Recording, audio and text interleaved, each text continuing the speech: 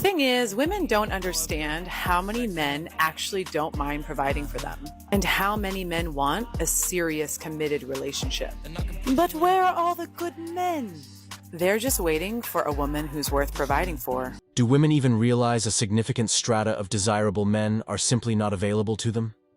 Note that today's world comprises men who are self-actualized enough to recognize common life strategies are not worth pursuing. This requires unusual insight, intelligence, and initiative. These are valuable men worthy of respect from women who could benefit from association. But these men recognize that women bring little to no value to their life strategy. So, while not invisible to women, is unattainable for them. This is where all the good men are. And I don't mean to make you an example out of you guys, but what I'm trying to say is that parents, a lot of the times, protect their daughters from doing undesirable things that will hurt their ability to find a man in the future. Pornography, OnlyFans, all this stuff hurts your chances of finding a suitable husband. You know what I mean? So that's why it's so good to be with parents and why men value that, because your parents are the first line of defense of you tarnishing your ability to find a man. No guy wants to walk down an aisle, right, and marry a woman that he knows was involved in, you know, pornography, OnlyFans, being a like, no guy wants that, man. They'll smash you, but never take you serious. Yeah, they might have sex with you. I mean, I don't want to be like an asshole, but have you guys ever asked yourselves why your guys haven't proposed to you? That's why. Probably because of lifestyle. Like, yeah. I don't mean to like be an asshole here, but think about it. Your guy's been with you for 7 years, and he's been with you for 7 years. Why haven't they proposed to you? Because of the lifestyle, reasons. the drinking, the OnlyFans, the strip. It needs to be taught to all young women, straight from school, that they have a limited shelf life in terms of reproduction. And there's a sweet spot when they are most fertile, and they need to seriously consider their options before it's too late. Awareness campaigns need to be made common to high school students, so they know the deal and the lonesome, sad future that awaits them if they go the route of career or job over being a mother and wife. So I personally know a guy in my industry who is like 5'6", 5'5", and he's not the most attractive. And he worked hard, and he makes $2 million a month. And I have to give credit to the fact that when you grow your business, you also grow as a person. So you're right, like, women are probably going to go for his money rather than his looks, but he not probably even his also, looks, just for him as a him. Yeah, but he probably also became a better person in process of growing his business. So he might also have more assertive or attractive traits, like he's masculine, you know? Yeah. In today's world, it is difficult for you to find an ideal partner, because most people care about material things, formalities, and appearances. I searched for a long time for true love, for the pure essence, for tenderness, and I did not find it. And her child became my moon, and he became her sun, but I did not find it. And yet I still believe that love exists, and that it is a very great thing. Would you rather one evening with me or a year's supply of this sandwich? Let me tell you something, a pastrami sandwich never asked me to Uber them home at 3 a.m. A pastrami sandwich never gave me no lip or attitude. A pastrami sandwich. Men are in trouble. Girls these days are too arrogant. I choose sandwich. These poor men. Somebody said pastrami. Oh my god. Pastrami for a night or pastrami sandwiches for a year. Somebody else said the best part of a pastrami is that it lets you eat it in peace.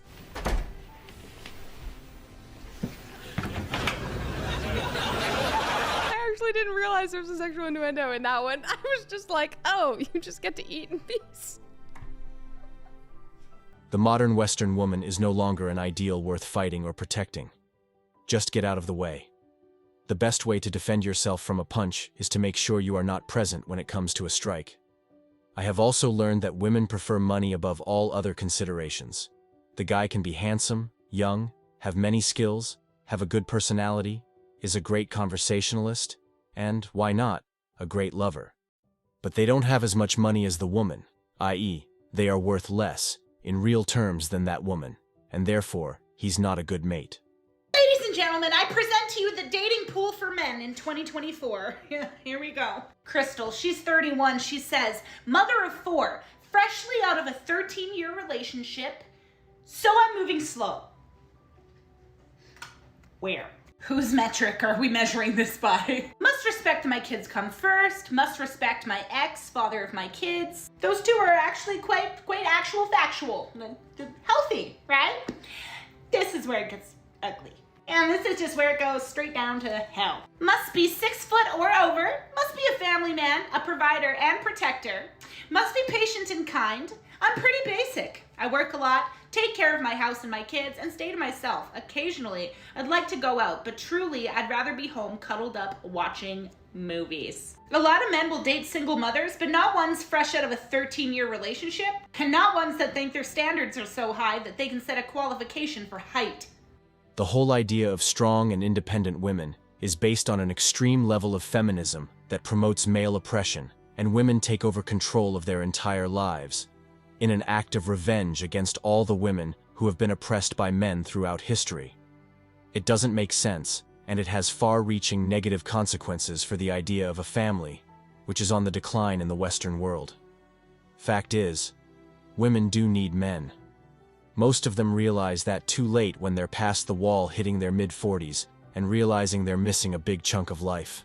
We're painfully single. The only romance in our lives is in the fake scenarios we imagine to fall asleep. We're painfully single. Our expectations are so high, the only men that could reach them are fictional. We're painfully single. We're convinced that the boy we saw at the airport 5 years ago and never saw again was our soulmate. You've almost got it. Let's keep tugging at this string here. Are we starting to maybe see a pattern? All of the behaviors you've described involve, if not avoiding men entirely, projecting fantasy elements onto unsuspecting himbos that you'll never see again so that you don't have to face the reality of the actual human conditions and the imperfections that lie within it. Wait, so refusing to talk to anybody who isn't a wealthy 6'4" librarian who's obsessed with cooking and cleaning and won't let you lift a finger hasn't been rewarding and empowering for you as a woman? What you are describing is called escapism, and a little bit of gentle escapism can be nice. That's why we like video games and books and sitting on the toilet until our feet go numb, but too much of it will just keep us lonely. This is not a feminist point of view.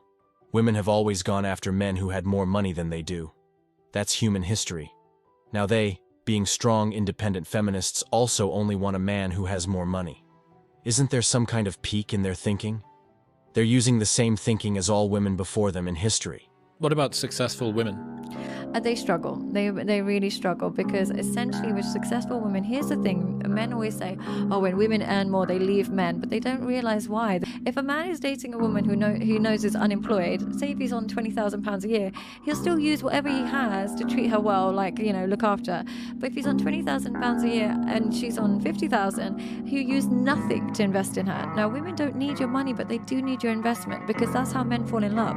The more they invest in something, the more they attach to it. If they invest a lot of money in a car, they really care about it. Lost a lot of money into a Bitcoin, they want to see it go up. Invest money into a woman, they want to see it work out. So when they are with a woman that earns more, they invest so little, so walking away seems so easy for them, and it seems so hard for her because she's been the one that's investing in them. So it's very difficult. It's not just the woman who's rich and now she leaves you. The man no longer adds any value. That is the main issue. He doesn't use whatever tiny resources he has on the woman like he normally would. It is only about money, so they want to have the richer guys, which are what women always wanted. How is that feminist? I wonder how many great guys have been discarded because the woman reached that enlightened stage where she wanted what every woman in history has wanted, and now, being near the end of their reproductive cycle, they find going it alone not being everything it's cracked up to be. Isn't that weird? My channel is pretty much built for women to become better partners for their husbands or for their boyfriends. And a lot of women hate my channel. If you hate my personality, that's one thing. But if you hate my message of how to be a great partner, and then look in the mirror and say, why don't I have a great husband? I think we just found the answer. Sorry. Women play the victim successfully throughout their lives in order to achieve various objectives such as financial gain, receiving attention, or avoiding consequences. Women en masse are now raising young boys to believe they are evil and toxic. They are on a mission to devalue and obliterate all facets of traditional masculinity. To the MGTOW movement, or men going their own way, a phenomenon that has emerged in response to the evolving relationship dynamics in the West. Born out of a sense of disillusionment with traditional relationships, MGTOW is a social statement where men choose to prioritize their own happiness and independence over traditional relationships. They're choosing to live life on their own terms, free from societal pressures and expectations. This shift has brought about a mixed bag of reactions. Some Western women express dissatisfaction, feeling that this could be a step backwards in the push for gender equality. Others see it as a wake-up call, a prompt to reevaluate expectations in relationships. This movement has certainly stirred up a lot of discussion on relationship dynamics. It's a testament to the fact that as society evolves, so too do our concepts of relationships and what they should entail. The MGTOW movement, whether you agree with it or not, is a clear indication of this evolution. But remember, it's all about finding the balance that works for you and respecting the choices of others.